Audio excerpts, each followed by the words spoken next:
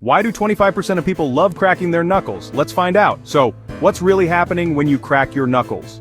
Inside your joints, there's a fluid called synovial fluid. When you stretch or pull your fingers, gas bubbles form and then pop. That's the sound you hear. But don't worry.